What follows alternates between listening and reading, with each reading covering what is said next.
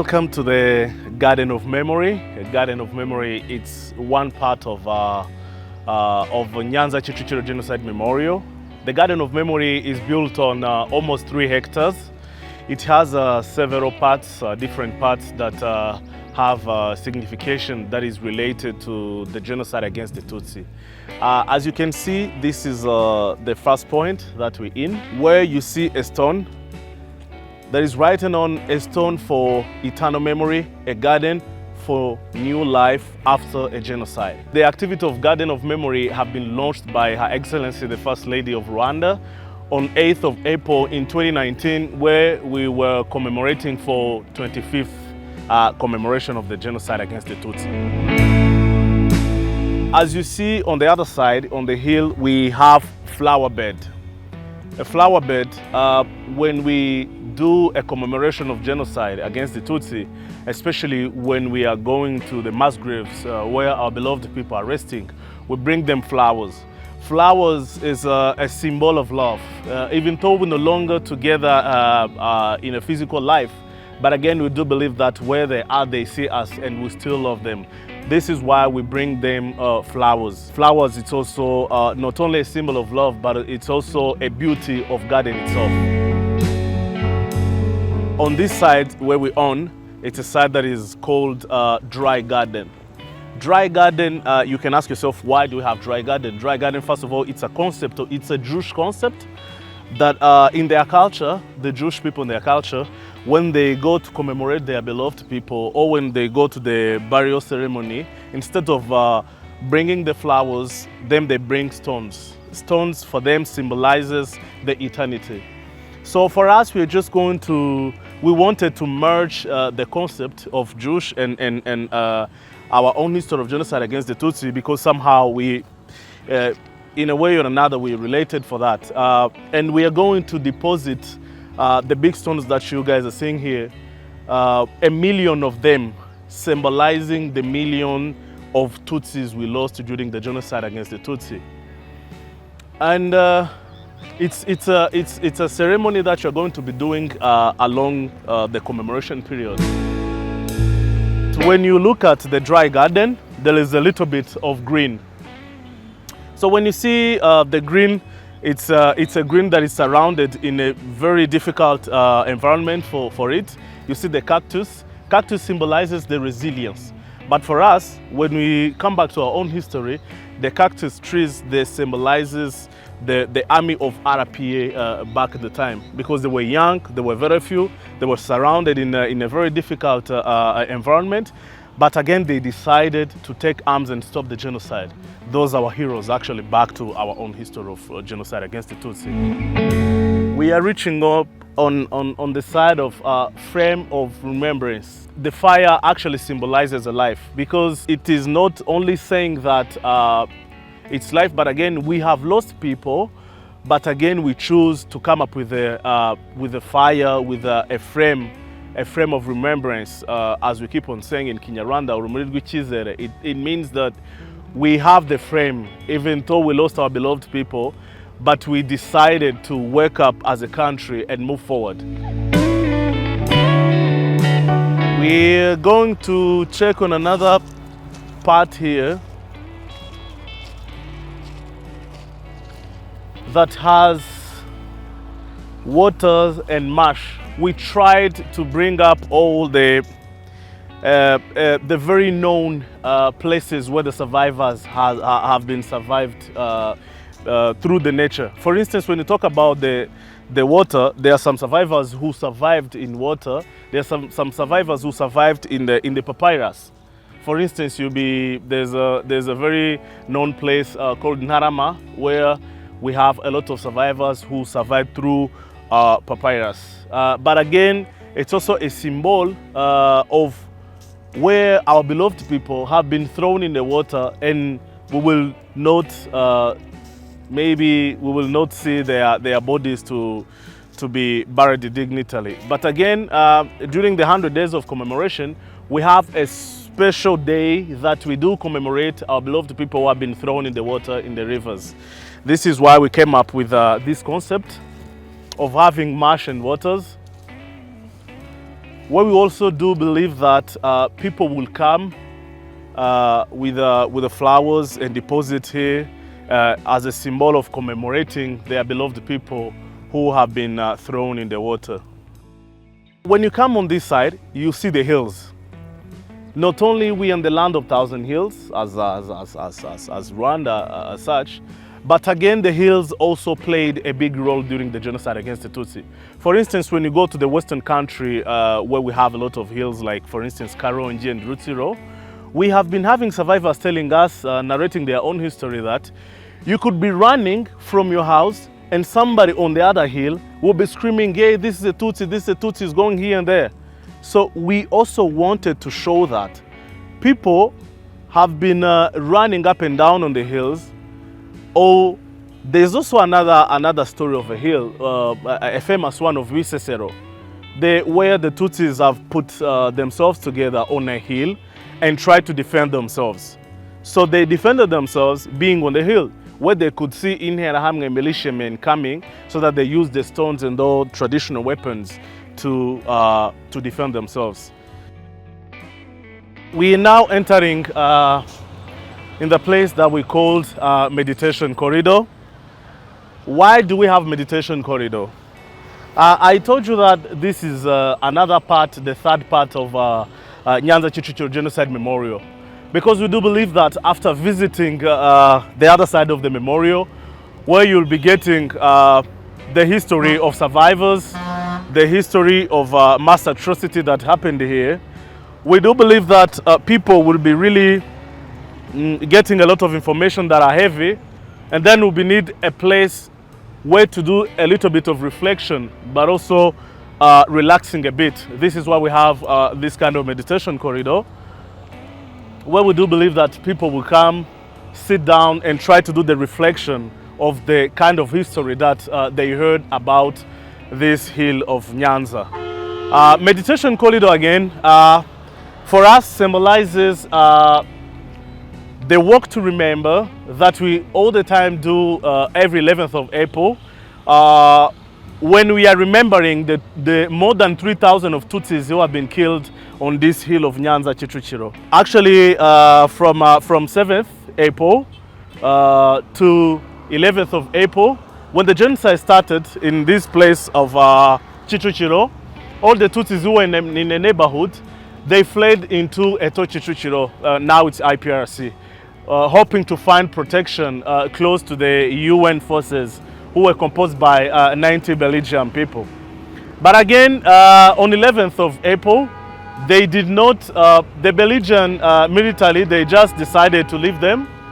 So the Interahamwe militiamen, they escorted the Tutsis all the way from the former Eto, now IPRC, to come and be killed here on this hill of Nyanza Kicukiro. So when we talk about the history of the Tutsis who have been killed on this hill, we actually start the whole story in IPRC. Reason why we do a walk to remember. So when we do a walk to remember, there are some places where Tutsis have been killed along the way. So when we are passing through the meditation corridor, we also remember how the Tutsis have been escorted here. It's actually from here to IPRC is almost 3 kilometers, and being killed along the way. When we do this meditation corridor, it's like we want to feel their pain. We want to feel the pain that the Tutsis who were in Eto felt during 1994 genocide against the Tutsi, when they have been brought to be killed on this hill. Part of the symbols that we have in this garden of memory, there's this place where you see two people. It's something that we call upright men. Upright men, it has been done by a French Jewish called Bruce Clark. He has been part of the concept of this garden of memory. So he's a plastician, a French plastician, who did the upright man. So if you see one side, it's a man, and another side, it's a woman. When you read properly, on the man's side, it's written Magaze, and on the other side of woman is written Nemye, so which means I'm upright. The signification that we give to this art that you see over there, you can see a man and a woman moving out from the hills who are actually burning. I don't know if you see it on the art. So it is actually symbolizes the resilience of genocide survivors who decided to move out from death and embrace life. Plus, it also symbolizes the men and women that we lost during the genocide against the Tutsi. But again, on this side, we also have another side of the dry garden, where we have now, if you can see, it's more trees of cactus than we had on the other side. This place is called Pit Icon. It symbolizes how Tutsis have been thrown in the pits, in the holes.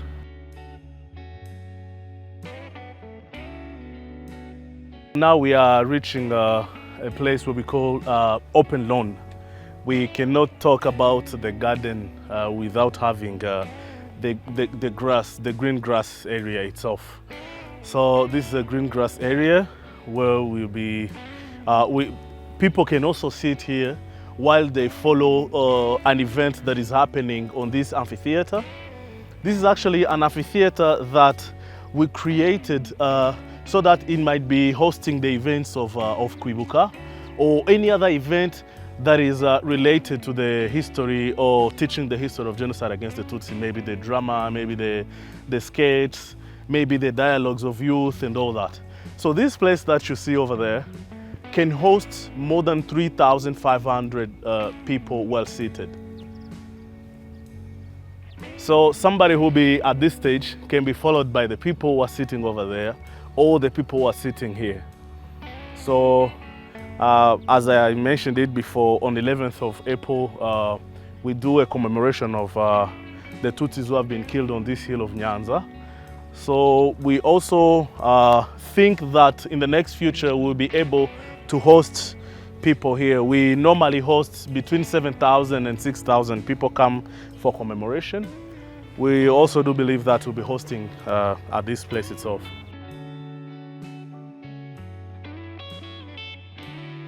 We are entering on the other side that we call Forest of Memory. We are going to plant 100 trees. 100 trees that are symbolizing the 100 days that we have been through during the genocide against the Tutsi. We're not going to plant any kind of tree, no, we decided to choose only 3 types of trees that also have a symbol back in our culture. We have this type of tree that is called in Kinyarwanda umuvumu. Umuvumu symbolizes the family. Why did we choose this? It is because the signification that we give it to this umuvumu. Umuvumu symbolizes family, as I said before, but also symbolizes how the genocide survivors have come up with embracing life and make a new family. But also we're talking about the large family of Rwandan people as such. Plus, we no longer have the divisionism among ourselves. We are one family, we are one Rwandan. We have another type of tree that is over here. This tree is called the umuko. Umuko, it is a tree that has been using in the ancient Rwandans for their occult. So they do believe that this tree is a protection. When you even go to royal place like Nyanza or any other place where we had one of our king have had their houses, you could see umuko at the entrance. So umuko symbolized the protection. Why did we bring umuko in this garden of memory? It means to us that whatever we have achieved on as a country, whatever we have achieved on as Rwandans, we need to protect it. So we are here to protect our history, and to narrate our own history, plus we protect whatever we have achieved on as Rwandans, but also protect our vision. So we have another tree that is called Umunyinya. Umunyinya, it's acacia, if I'm not mistaken in English. So this tree of Umunyinya, when it grows up, it creates a shelter. Back in ancient Rwandan, how they used to sort out their issue, they used just to sit down under this tree that creates their shelter so that they sort out their issues. So reason why we brought it here, part of this concept is part of the resolutions of our country. It is to find the solutions within ourselves. We go back to our culture, we see what our ancestors used to do to sort out their issues, then we bring it to the modern life that we're living, where we actually brought the jurisdiction, gachacha and all that, where people sit down and sort out their issues. So we decided to sit down and sort out our issues as Rwandans. So those are three different types of trees that we have chosen to be brought here in the garden, in the forest of memory, where, as I said, we are going to have 100 trees that are symbolizing the 100 days that we lived in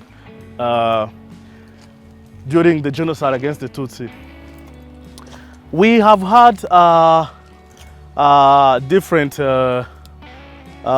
personalities who planted the trees here.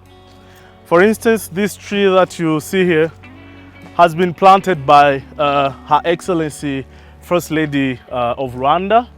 She planted this tree while she was inaugurating the activities of Garden of Memory on 8th of April 2019, when we were commemorating for 25th.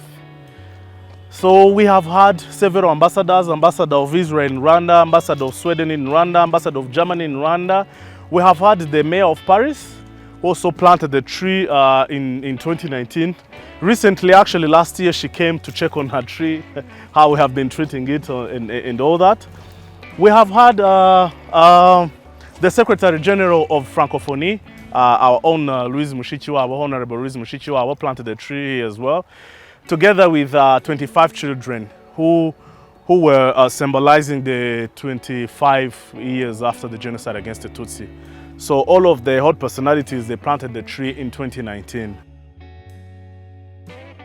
Just behind me, we have a Sogam Garden. A Sogam Garden, it played a really huge role during the genocide against the Tutsi because, as I said it before, we tried to take the collected testimonies of survivors to see what really played a big role among the nature during the genocide against the Tutsi. Sogam Garden really played a big role because a lot of Tutsis hid themselves in the Sogam until the genocide ended.